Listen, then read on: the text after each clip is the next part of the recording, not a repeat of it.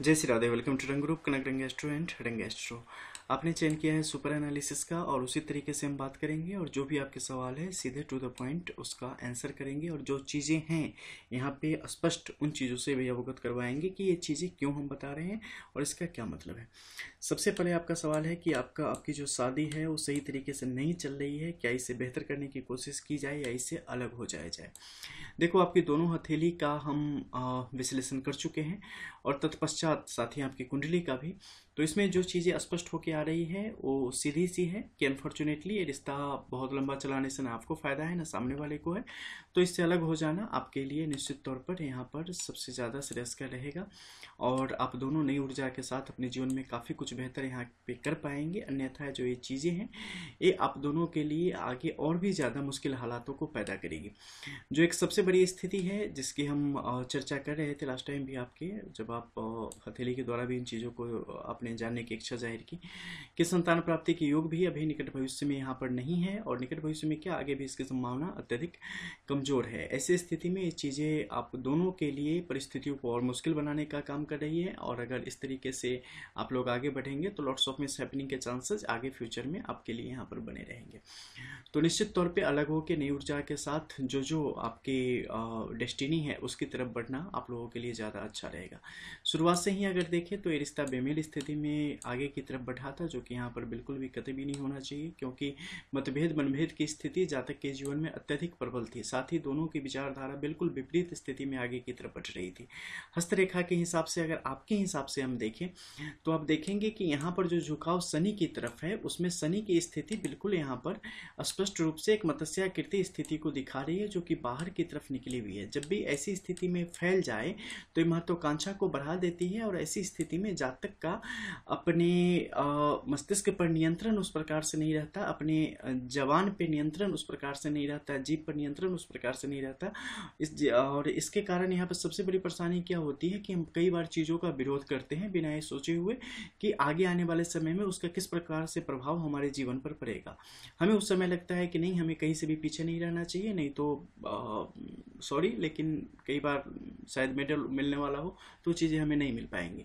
तो हमें जबरन जवाब देना है किसी भी पक्ष को, लेकिन ये हमेशा सोचना है कि जब भी आप किसी रिश्ते में जाते हैं तो बहुत कुछ देखते सोचते समझते हुए आपको आगे बढ़ने की ज़रूरत होती है। ये मेडल आपको तो नहीं मिलेगा वहाँ पे जीतने से भी, लेकिन उस जीत के चक्कर में कई चीज़ें जो ज़रूरी है इस जीवन में वो व्यक्ति हार जाता है। तो यहाँ की जो स्थिति है बिल्कुल उसी प्रकार की, आप चाह के भी उन चीज़ों पर नियंत्रण कभी नहीं रख पाती यहाँ पे और न रख पाएंगे। तो इसलिए ज़्यादा बेहतर है कि अकेला चलो वाली सिद्धांत को यहाँ पर अपनाया जाए और व्यक्ति उस तरीके से जीवन को आगे बढ़ाए। क्योंकि अगर एक मिनट आपको बोल भी दिया जाए कि नहीं फिर से चीज़ों को बेहतर करने की कोशिश करें, आप फिर से करके देख लें, उसमें सफलता के भी योग यहाँ पर जातक को प्राप्त होने के बिल्कुल भी चांसेस नहीं है।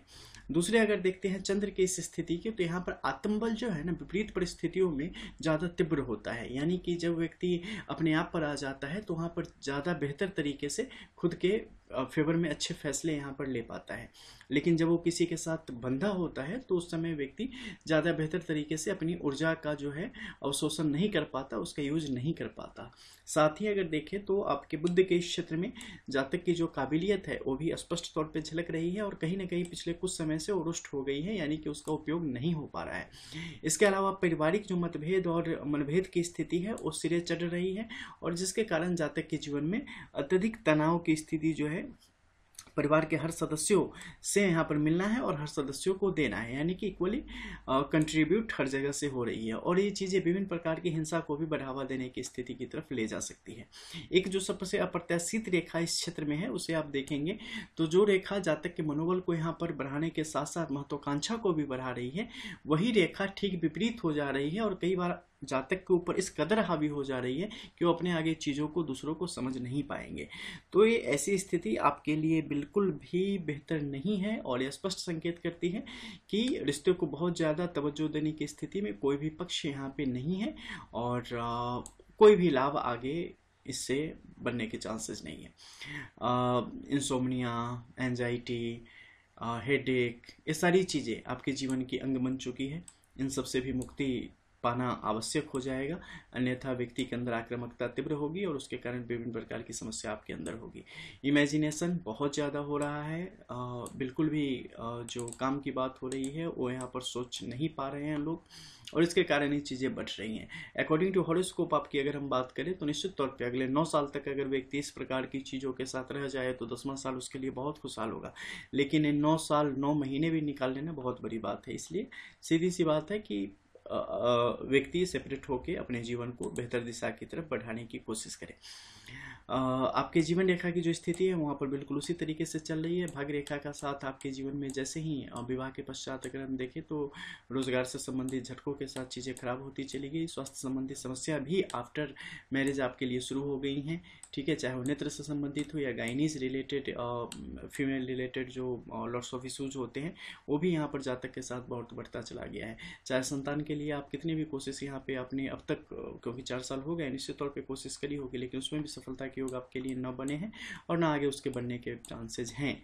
तो सारी चीज़ें जो हैं सो विरोध में ही जा रही हैं और अपनी चीज़ों को सही साबित करना कई बार मुश्किल हो जाता है। चाहे आप मेडिकली चीज़ों को करेक्शन बिल्कुल करके दिखा देवे, लेकिन फिर भी दुनिया के ऊपर होता है कि हम उन चीज़ों को माने या ना माने।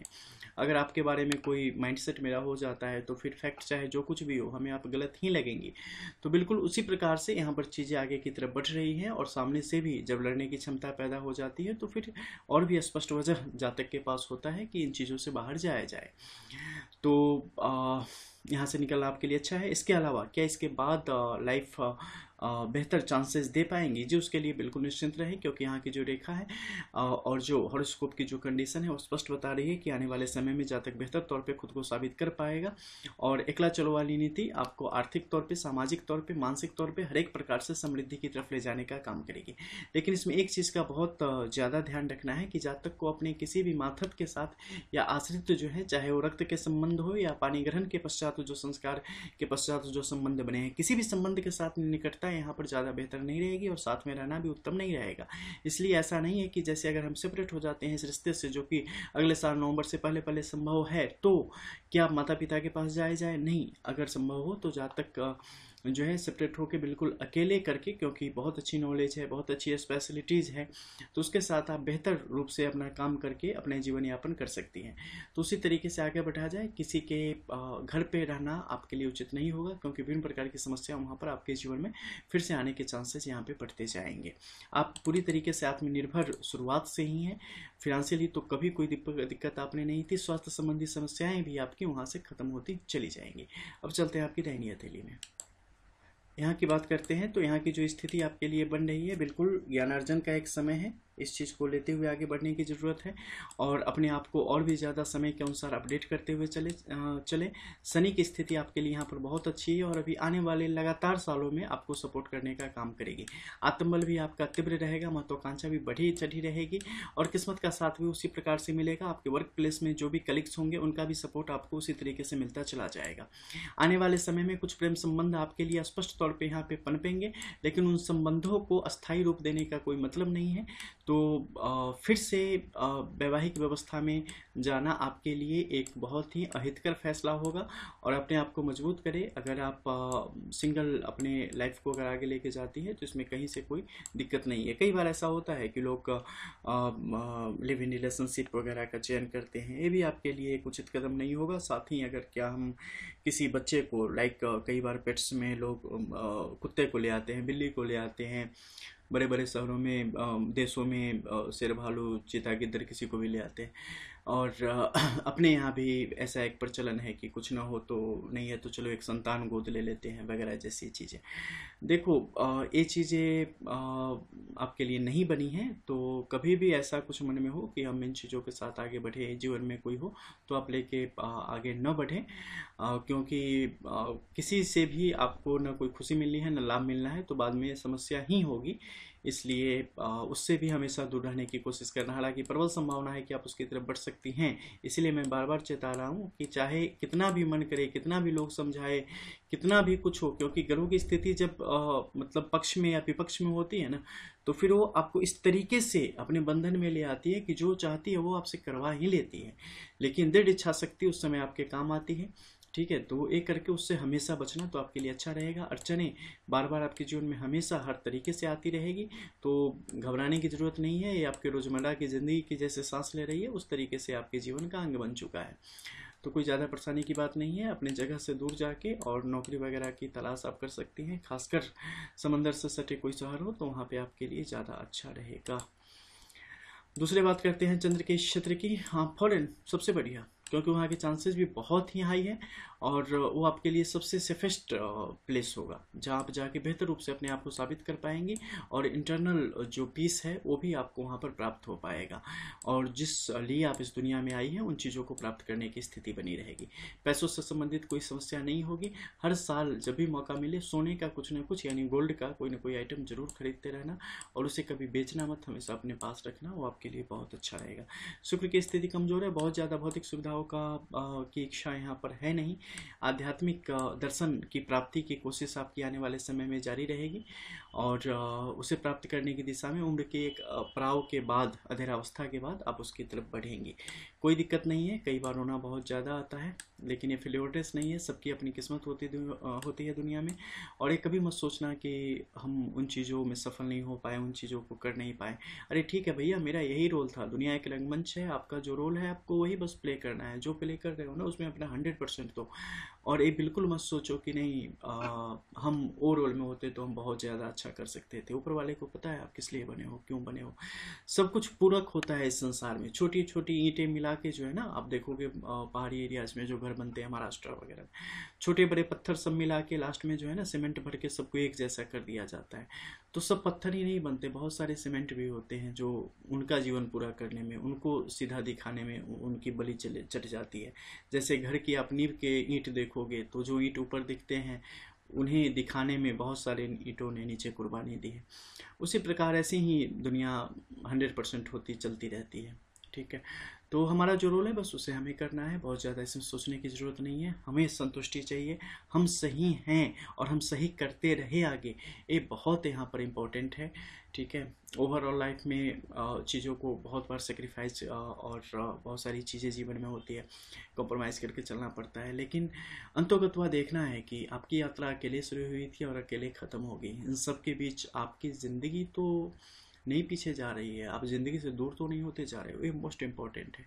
ठीक है, और कहीं अगर हमें सिलन की स्थिति पैदा हो जाए, हमें अगर तन्हाई नसीब होने लगे, हमें अगर सांस लेने में दिक्कत महसूस होने लगे, तो आपका हक है खुली हवा में सांस लेने का, सिलन से दूर जाने का, तन्हाई से निकलने का, और निश्चित तौर पे उससे बाहर आके आप अपनी ज़िंदगी को जीतने का मौका देते हो, तो निश्चित तौर पे इसे करना चाहिए।